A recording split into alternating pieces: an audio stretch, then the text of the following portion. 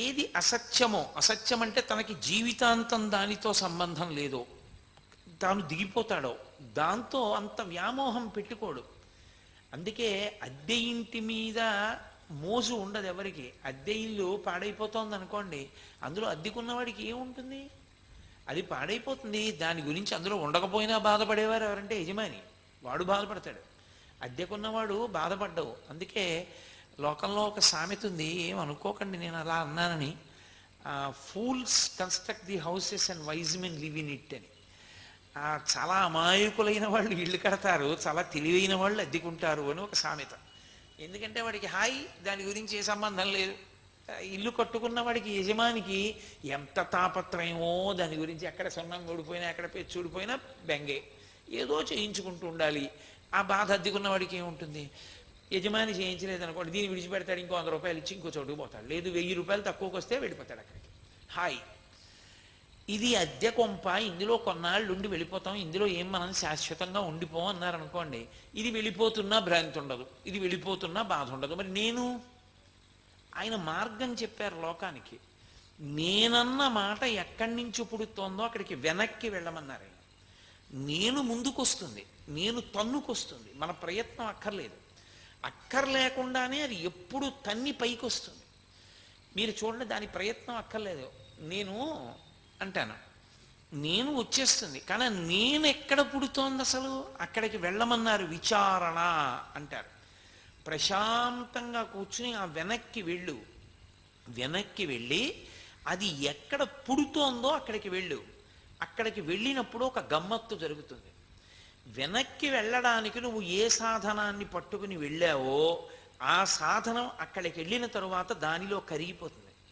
కరిగిపోగానే అసలు నేను నువ్వుగా నిలబడిపోయినప్పుడు ఆనందం ఒక్కటే ఉంటుంది, ఇంకేం ఉండదు అక్కడ.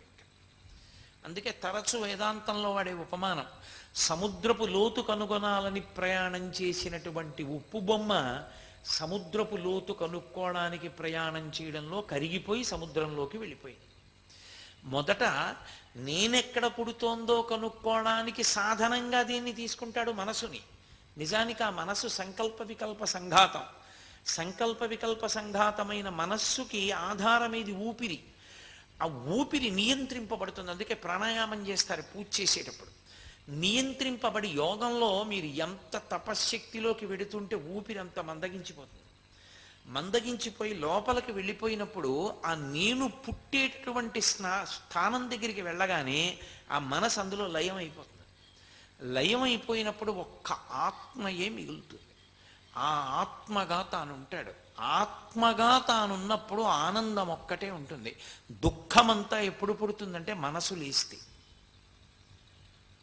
మీరు ఈ మాట ఎంతపాటి పట్టుకున్నారో నాకు తెలియదు. మరి సుఖము దుఃఖము ఈ రెండు భావనలు ఎప్పుడుంటాయంటే మనస్సు నిద్ర లేచి ఉంటే.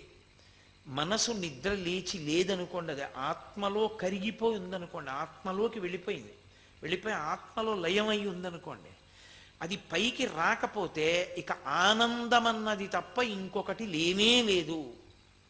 ఇది ప్రతి వాళ్ళకి అనుభవంలో ఉంటుంది. అందుకే అజ్ఞానము చేత ఆనందావస్థ సుషుప్తి, నిద్ర లేపవద్దు అని చెప్తారు. భగవత్ సంబంధం చెప్పకుండా నిద్ర లేపవద్దంటారు. అందుకే సుప్రభాతం పాడతారు. లేవమని అర్థం. ఎందుకు లేవద్దంటారు? ఎంతో కష్టపడి ఆత్మస్థితికి చేరుకుంటే పొందేటటువంటి ఆనందం ఏదుందో దాన్ని సుషుప్తిలో పొందుతాడు. సుషుప్తి అంటే గాఢ నిద్ర. అక్కడ మనసు లేదు, అది ఆత్మలోకి వెళ్ళిపోయింది. ఆత్మలోకి వెళ్ళిపోయింది అనుకోండి మనస్సు, ఇంక ఏది సుఖం ఎక్కడుంది, దుఃఖం ఎక్కడుంది? తను ఎక్కడ పడుకున్నాడో తనకి తెలియదు, తన పక్కన ఏముందో తనకి తెలియదు, తన శత్రువు తన దగ్గరికి వచ్చాడేమో తెలియదు, తన కంఠం మీద కత్తి ఎత్తేస్తున్నా తనకి తెలియదు, తను ఆ పూట తినకపోయినా తనకి తెలియదు, తన వాళ్ళెవరి బాధలు తనకి తెలియవు, తనకి సుఖం లేదు, తనకి దుఃఖం లేదు, ఉన్నదల్లా ఒక్కటే ఆనందం. ఏమీ తెలియలేదు. ఏమీ తెలియకపోవడానికి కారణం మనసు పనిచేయట్లేదు. మనసు పనిచేయకపోతే నిరతిశయమైన ఆనందం, అదే రాశీభూతమైన ఆత్మ. ఆత్మగా ఉన్నంతసేపు ఆనందం. మనస్సు పైకి వచ్చిందా, అది వెంటనే ప్రారంభం చేస్తుంది సుఖదుఖాలు, ఉత్తరక్షణం మొదలు పెట్టేస్తుంది. అందుకే మీరు చూడండి, తెలివి వచ్చిందంటారు. తెలివి వచ్చింది అంటే అర్థం ఏమిటో తెలుసా? ఆత్మలోంచి మనసు విడింది. విడగానే అది చేసే పని ఏమిటంటే దానికి బానిసలు ఉంటారు. అది కొన్ని కోట్ల జన్మల నుంచి వశవర్తుల్ని చేసుకుంది, బానిసల్ని చేసుకుంది. దాని ఆదేశం బట్టి లేచి అనుసరించాలి. ముందు 5 జ్ఞానేంద్రియాలని పిలుస్తుంది: కన్ను, చెవి, ముక్కు, నాలుక, స్పర్శేంద్రియం. మనసు లేచిందంటే ఇంకా పడుకోకూడదు. చూడండి, ధూర్తుడైన యజమాని ఉంటాడు, ఆయనకి రాత్రి 2ంటికి తెలివి వచ్చిందనుకోండి, ఆయన పోన్లే పాపం అందరూ పడుకున్నారు, మనం లేచామని వాళ్ళందరినీ లేపడం ఏమిటి అనుకోడు. ఆయన అందరినీ లేపేస్తాడు, లే నాకు నిద్ర పట్టట్లేదని. అలా మనసు లేచిందనుకోండి, ఇక ఇంద్రియములను పడుకోనివ్వదు, ఇంద్రియములు లేచిపోవాలి. లేచిపోగానే ఏమవుతుందంటే అది ద్వంద్వములలోకి వెళ్ళిపోతుంది. సుఖం దుఃఖం, సుఖం దుఃఖం, సుఖం దుఃఖం ఆలోచన మొదలెట్టేస్తుంది. ఇవాళ ఫలానా చోటుకి వెళ్ళాలి, ఫలానా పని చెయ్యాలి, అది చేద్దాం అనుకున్నాను, అది చేయకపోతే ఏమవుతుంది? వాడెవరికో జ్వరం వచ్చింది, వాడి దగ్గరికి వెళ్ళాలనుకున్నాను, వెళ్ళలేదు, నాకు తెలియదా విషయం అంటే ఏమవుతుంది? తప్పు కదా. ఎంత అన్యాయం! ఎందుకు అబద్ధాలు? ఇంత బతికి అంత అబద్ధమా? వెడితే ఏమవుతుంది? వెడితే ఇన్నింటిని ఎలా చక్కబెట్టుకోవాలి? ఎన్ని ఆలోచనలు వచ్చేస్తాయో.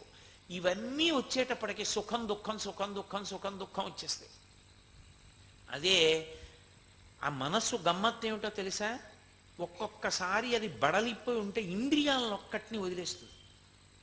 అంటే కంటిని, చెవిని, ముక్కుని, నాలుకని, కర్మేంద్రియాలని వదిలిపెట్టేస్తుంది.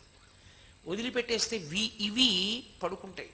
మనస్సు తెగిపోయిందనుకోండి కవాటం, ఇక వీటికి ఏమైనా బాధ ఉన్నా అవి తెలుసుకునే లక్షణం ఉండదు, ఇక సుఖదుఖాలు ఉండవు. మనసే మధ్యలో కవాటం కింద ఉంటుంది. అది యథార్థంగా చెప్పాలి అంటే మీకు అది మోటార్ లాంటిది. చూడండి, కింద విద్యుత్ ఉంటుంది, మోటార్ ఉంటుంది, పైన గ్రైండర్ ఉంటుంది. ఈ మోటార్ తిరిగితేనే గ్రైండ్ చేస్తుంది పైన ఉన్నది. ఇంద్రియములు గ్రైండర్ లాంటివి, మోటార్ లాంటిది మనస్సు, విద్యుత్తు లాంటిది ఆత్మ. విద్యుత్ కనపడదు, కానీ దాన్ని ఆధారం చేసుకునే మోటార్ తిరుగుతుంది. మోటార్ తిరిగాక ఇంకా గ్రైండర్ తిరగకుండా ఉండదు, బ్లేడ్లు తిరగకుండా ఉండవు. అవి తిరగడం మొదలెట్టాయంటే వేళ్ళు కానీ, పప్పు కానీ, మొక్కలు కానీ ఏం పోసినా మొక్కలైపోతాయి. ఆ విద్యుత్ ఉంది, పైన బ్లేడ్లు ఉన్నాయి, మోటార్ పనిచేయట్లేదు, తిరుగుతాయా? తిరగవు. మనసు ఊరుకుందో, మనసు నిద్రాణం అయిపోయిందో అంతే, సుఖస్వరూపం, ఏ కదలిక ఉండదు. అందుకే అసలు సమస్త శాస్త్రముల ప్రయోజనం ఏమిటంటే ఆ మనసుకి సత్వగుణాన్ని ఇవ్వడం. అసలు ముందు అది లొంగాలి. అది ఎందుకు లొంగదీయడం ప్రారంభం చెయ్యాలంటే, గుర్రం ఉంటుంది, గుర్రం అంత గబుక్కుని రౌతుని ఎక్కించుకోదు. ఒకవేళ రౌతుని ఎక్కించుకున్న గుర్రం యొక్క మొదటి లక్షణం ఏమిటంటే వాడిని పడగొట్టడం, వాడిని కింద పారేయడానికి చూస్తుంది. అందుకే రౌతు కొద్దీ గుర్రం అంటారు. ఎంత గొప్ప గుర్రాన్ని కూడా తన ఆజ్ఞను అనుసరించి పరిగెత్తేలా చేస్తాడు. లేకపోతే అదేం చేస్తుందంటే తన మీద కూర్చోలేక పడిపోయేటట్టు చేస్తుంది. కోట్ల జన్మలుగా మనం ఎంత స్వేచ్ఛ మనసుకి ఇచ్చామంటే, మనసు చెప్పింది మనం చేయడమే కానీ బుద్ధి మనసుని ప్రశ్న వేయదు.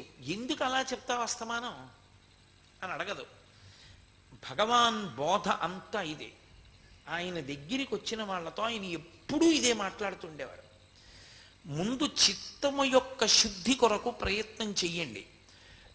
మనసుని లొంగదీసుకునేటటువంటి ప్రయత్నం చెయ్యడానికి 2 ఉండాలి. ఒకటి మితాహారము, 2 మితమైనటువంటి విహారము. ఈ 2 ఉంటే మనసు లొంగుతుంది. ఆహారములో 6వ వంతు మనసు అవుతుంది. మనసు ఏర్పడడానికి కొత్తగా ఏముండదు. మనం ఏ ఆహారం తీసుకున్నామో అందులో 6వ వంతే మనసు అవుతుంది. అందుకే ఆహారం తీసుకునేటప్పుడు మీరు ఏ భావనతో ఉన్నారో మనసు అలా ఏర్పడుతుంది. అందుకే మీరు చూడండి, 5వ నెల దాటిపోయిన తర్వాత గర్భిణీ స్త్రీ, ఆమె కడుపులో ఉన్న పిల్లలు తరచుగా ఎవరి మాటలు వింటూ ఉంటారో వాళ్ళని తొందరగా గుర్తుపడతారు వాళ్ళు బయటికి వచ్చి. అమ్మమ్మ, తాత, మేనమామ పిల్లలకి బాగా తెలియడానికి కారణం ఏమిటో తెలుసా? పురిటికి పుట్టింటికి వస్తుంది. అస్తమానం తాతగారి మాట వినపడుతుంది, అస్తమానం అమ్మమ్మ మాట వినపడుతుంది, మామ మాట వినపడుతుంది. అందుకే వాళ్ళు తొందరగా ముందు అమ్మమ్మని తాతని మామని గుర్తుపట్టేస్తారు.